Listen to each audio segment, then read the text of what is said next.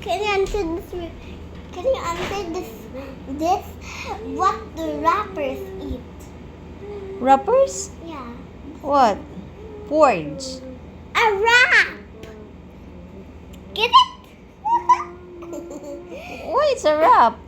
Because it's a rapper. So it's a rap. Stop talking na kasi nag-ubo. Ay. That's the first cough, the hypolatic cough. It means that so when Ay, kuya, ma-floss someone ko. that's a boy keeps lingasing, you will cough. If you're lingasing, you will cough.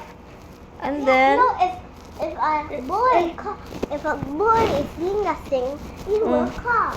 and then it's called, Hypolatic cough. okay, malos ko yan. Bliktan ta ka. Okay. Why? I'm just telling you all This ang kinds makanang hypolotic di eh. I'm just telling you all kinds of cough. Okay. So there's so many kind of cough. Yeah. How many? Cough sample. That cough is a strawblick cough. Strawberry? No, strawblick. What is strawberry? Not strawblick. Strawblick. Strawblick. Strawberry. Not strawblick. Okay, what cough is that, man? Strawblick. Strawberry. Yeah, strawblick cough. Okay, what's that cough? The source of the cough is Coca-Cola. When you drink Coca-Cola, the cough source is in the cough. The Coca-Cola will source in your heart, and then will go back to your mouth, and you will cough. Yan yung ka Coca-Cola. Nas. All juices answered it, and that kind. You know what that kind of cough? What? That's a hypolatic cough. What's the cause of that cough? Agnan naman. The source of the cough. You mean the source of the cough is Malos ko, kuya. What's what? TV screen time. Screen time? Yeah, when you watch like a laptop, a phone, or a TV, that's screen time. Ay, mao na. Nagsikag cough kay half day ka nagtan-og laptop. No. When you watch it on a laptop, it means that you will look at the laptop and entertain the videos, and then the videos will go to your mind, go to your brain, and then when you stop thinking about the videos, the videos will go to your head, hands, and then go to your heart, and then you will cough. Oh my God. Sus na na. Sige. Sige. Stop talking na. Magsige na kag-cough. But you don't want me to tell. Okay, tell me what kind of cough na naman po na. This cough is a hypolatic cough. Hypolotic. The hypolatic, that's the same cough that I said around before. Hypolatic. Ano sa mga hypolotic? Kuya, ay, ngas. The source of the hypolatic cough is, you know what is it? I don't know. Ikaw may nag-source diha. This is the source.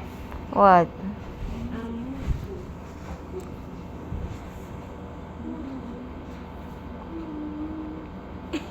I think you don't know this one. You don't know that one? No, you don't know. Oh, sige. Because I know. Then you let me know. Tummy hurt. Like if your tummy is hurt, the tummy hurt will go to your hand, and then to your chest, and then to your head again, brain again, and then go to your heart, and then you and then the and then that tummy hurt will go up to your mouth, and then you cough. Drink water, be. Why? Sige, nakagaf, be. That's my hype. And then this cough is a hyperflectin cough. What's that kind of cough? You mean the source of the cough? Yes, the cause. The source of the cough is when you drink too much soft drink. When you drink too much soft drinks, the soft drinks will go to your tummy. And then when you pee, the soft drinks, and then when you drink a soft drink again, instead of peeing, the soft drinks will go up and then go to your mouth, and then you will cough.